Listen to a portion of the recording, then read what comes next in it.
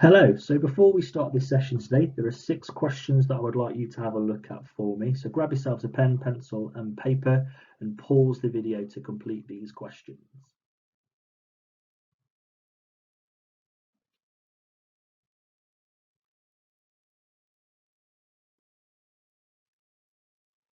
Here are the answers for you, so take the time to correct any answers that you may have got incorrect and pause the video if you need a little bit of time.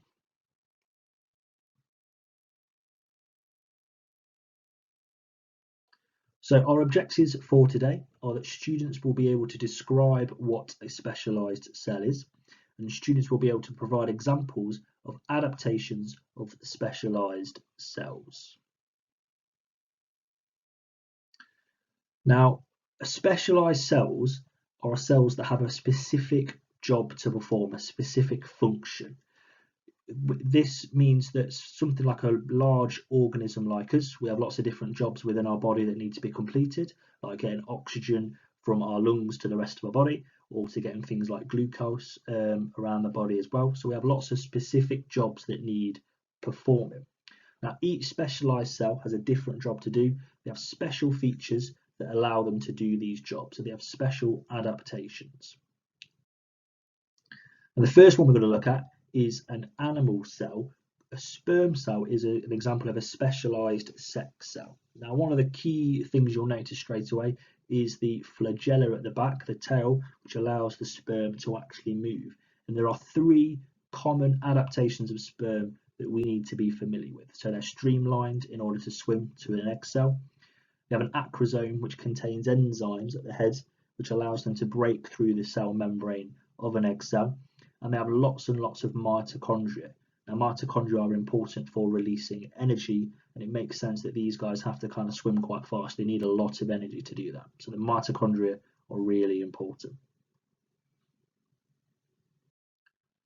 Our next specialised cell to look at is a nerve cell. Now, they're really important for carrying messages from the brain or the spinal cord to other parts of the body, or for sending information about our environment, so from our eyes, from our skin, to detect what's been going on around us. Now, they have an important job too. They're really long, which allows them to carry signals for a really long distance. They'll have lots of branched connections, so they can join up with lots of other nerve cells to form these large networks to transmit information all across the body. And they're also covered in an insulating sheath. So this myelin sheath that you can see on the diagram there means that messages can be sent much more quickly than if it wasn't there. It's called the myelin sheath, and it allows signals to be sent a lot faster. Our other type of specialised cell is muscle cells.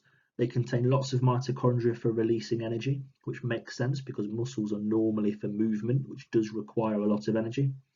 They're also long, so there is a lot of space to contract. So if they're really long, when they contract, they can actually pull a lot more of an area. So that's really important for them as well.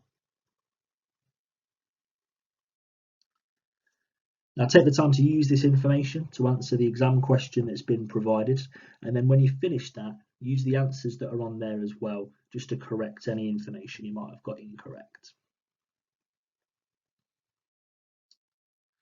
Now, final thoughts are that cells have unique functions or jobs within the body.